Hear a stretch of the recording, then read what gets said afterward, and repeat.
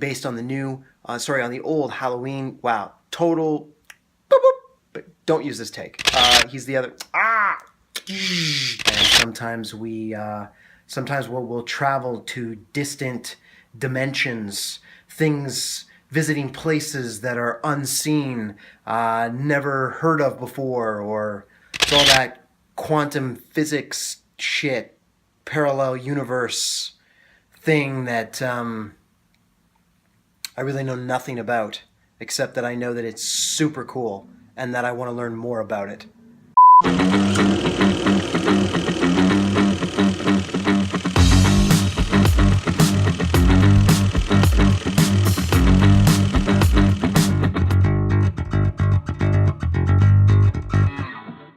Hey guys, what's up? This is Bruce Dale. I'm one of your hosts for Off the Reel.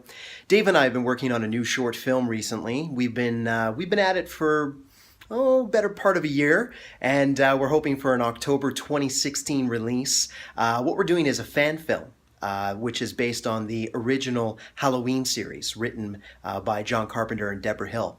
Now, the first one was released in 1978, second one was released in 1981, and our story is designed to take place about 40 years after the second one. So we thought it would be super cool as independent filmmakers to take you guys behind the scenes, talk to you about some of the equipment we're using, take a look at some of our creative processes, technical challenges, creative choices, what have you. So as always, feel free to leave some comments. Hit us up on Facebook, Twitter. We actually have a page dedicated just to the film and an Indiegogo campaign as well. So don't be shy, and we hope you guys enjoy what we have to share.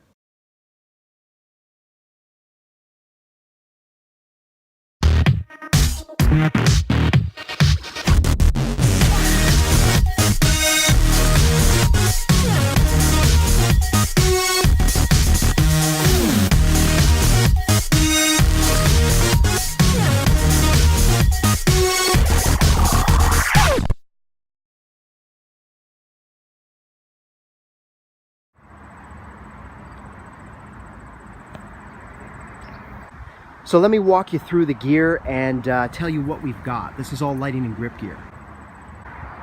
So right here I've got our 1200 HMI pars. We have the ballasts. They're both square wave ballasts. I've got two 50-foot head extensions. The set comes with 100 feet, but we're only going to use 50. And then we've got our lens cases over here, lenses that we'll use for the pars. And that's our HMI set. Then we've got another 300 watt Airy Fresnel down here. And then we've got ballasts for our Kino. So right over here we've got 4-foot 4-bank Kino fixtures. These are our ballasts select. You can see they're DMX compatible. And then we've got our head extensions right beside. Mounting plates right down here. And so we're going to hook those up a little bit later. We've got our tubes in the box right here, and we're going to hook them up with daylight tubes to simulate the sensation of moonlight or outdoor lighting. This black briefcase is our 9-inch mini flow kit, and I'll pop this open for you guys real quick. Take a quick look inside. It's pretty cool, actually. Kino makes a lot of really neat products.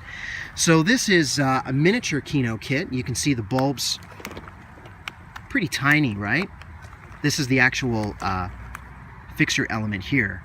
Little ballasts, right? And these will connect and power off your car with this 12-volt connector here, right? Just plugs into your cigarette lighter in your car. So that's the 9-inch Kino Flow kit. So these tall stands over here, these are what we call sky highs or high rollers. You can see that they've got rollers on the base and all of the wheels lock. So you're going to see us put those into place later when we build our frame, our 6x6 frames. What we've done here is we've taken a double riser Rocky Mountain stand. You can see I've got a few of them right here.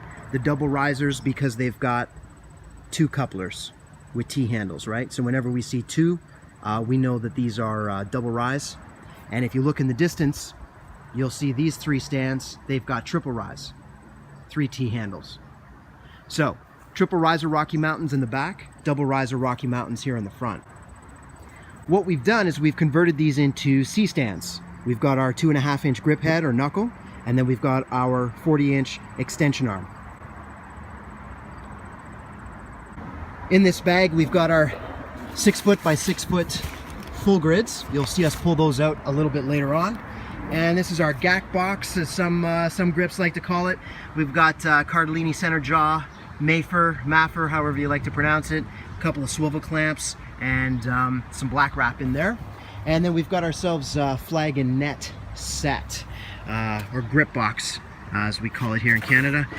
We've got metal flags, 18 by 24 inch. The whole set is 18 by 24 inch. And then we've got our fabric flags here, again used for blocking light.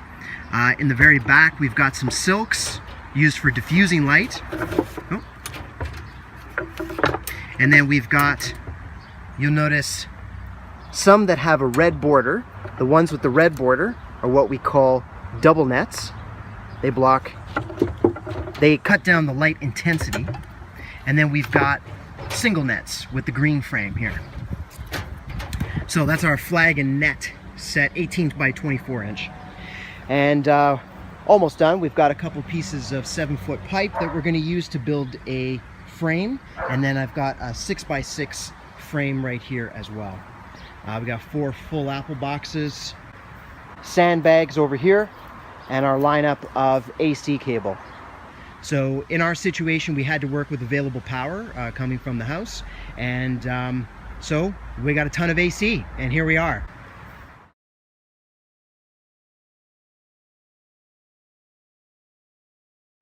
So one of the important things when you get started is, of course, get your gear organized. I want to talk to you guys a little bit about the camera that we're shooting with.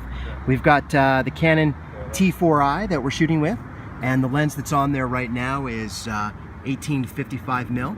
It's the standard lens, zoom lens that comes with it, and we're using that for a lot of the different shots. Then we've got a Canon 55 to 250 mil zoom lens here, and then we've also got a wide angle 10 to 20 mil, the Sigma.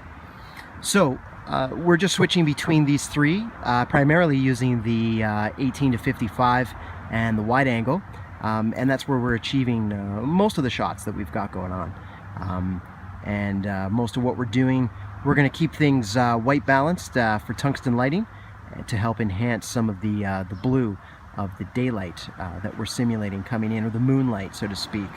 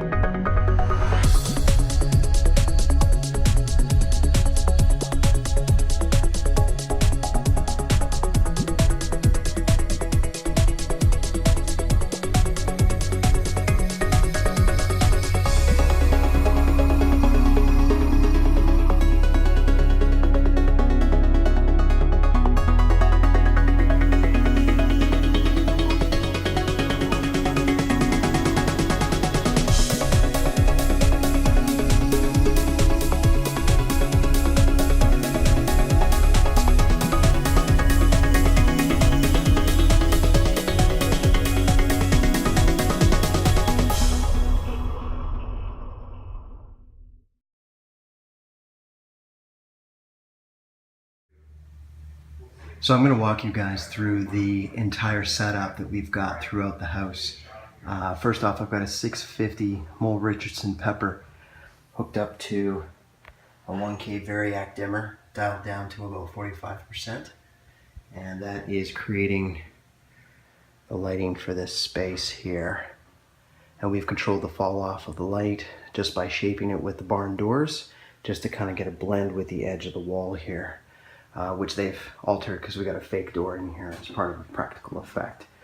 This is our second floor setup. We have practical light that we're going to use as though it's our primary source of light, and I've set up 600 for now. Positioned it in a way so that it helps increase the intensity of that practical, making it look like that practical is throwing all of this light when in fact it's not. And then we've got our special rig here for the lower portion of the stairs on the main floor, rigged right in there.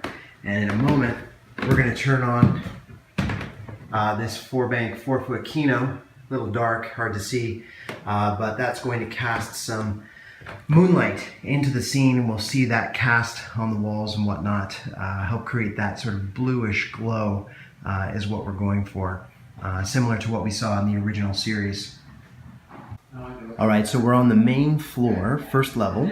We have main practical light source, which is supposed to be the main thing that's lighting this space. Then we have a lighting source coming from above, like a chandelier maybe, or something like that, lighting the bottom of the stairs. And that's the rig that we did up there.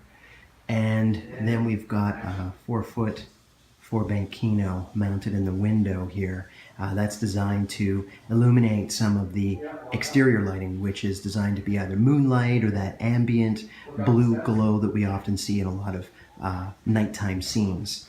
And so you can see we've really tried to light the space well, give it a bit of a creepy, eerie feel, and the finished product, of course, will look quite different than what you're seeing here right now.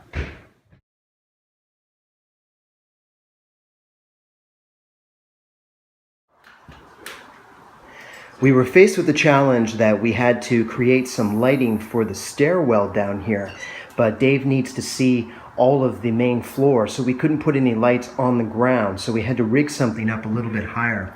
So what we've done is put a 300 Fresnel attached to a Cardellini center jaw, connected to a 40-inch C-stand, and then what we've done is rigged it. Of course, we've attached safety chains, so that they're secured. The banister would catch the weight of the light if it were to fall, and it's all tied off to the fixture itself. The arm is counterbalanced with some sandbags here, again for safety, and we made sure we applied the righty-tighty, lefty-loosey rule with our knuckle here. And again, we've attached the entire unit to a mini preemie stand. And you can see here, I'll go up the stairs a little bit more so you can kind of get a sense of the whole rig. Just like that.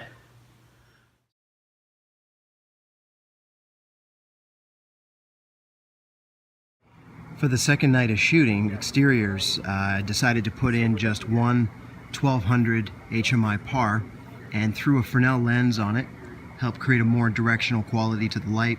And again, we've got our 6x6 full grid mounted in front of that. I've got a middle flag there and at the bottom, and that's just helped to cut off any kind of spill on the house. We wanted to focus a little bit more attention on the stairs, and by repositioning the light and just going with the one, you can see the practical on the side of the house has more presence and it's clearly visible. Our goal here was to create more of a dramatic look and effect for the second night of shooting, because we're dealing more with the exteriors, less with trying to cast light in through the windows.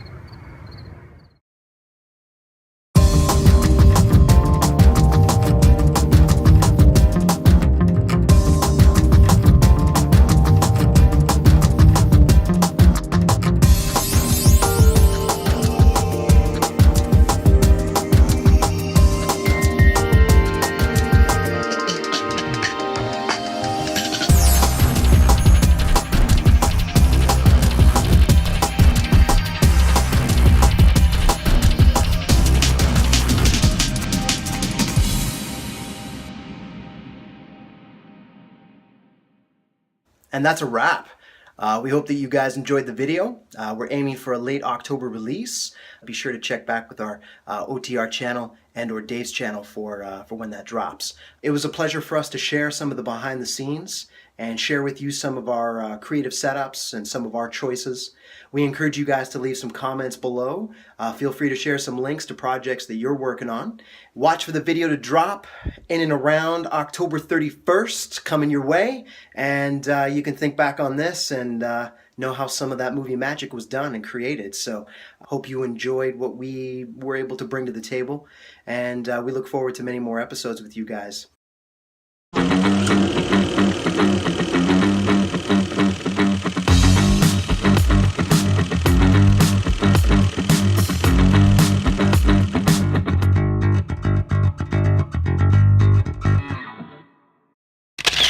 And so this brings us to the epic conclusion that is the ending of this video.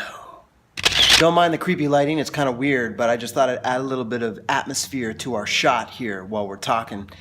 Yeah, that's all I got.